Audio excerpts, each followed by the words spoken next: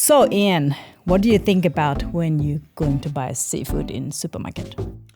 So when I go to buy seafood in the supermarket, I might think about where it's from, how many days ago it was caught, the price, whether it has a certificate or a stamp, how green it is.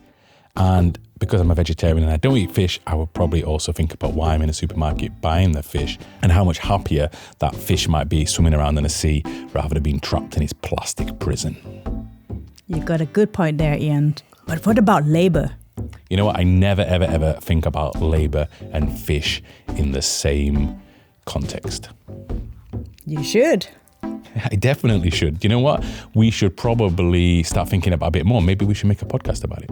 Let's do it. And if we did make a podcast about it, let's say we did make a podcast about labor and fishing, what sort of things would we talk about?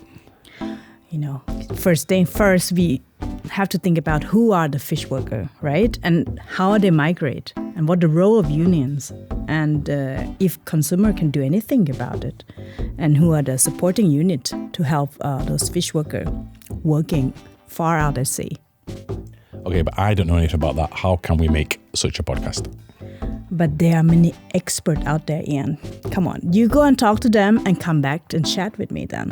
So what are we going to call such a podcast if I go out, speak to all these experts, come back and chat with you at the end of each episode? What's a good name for the podcast?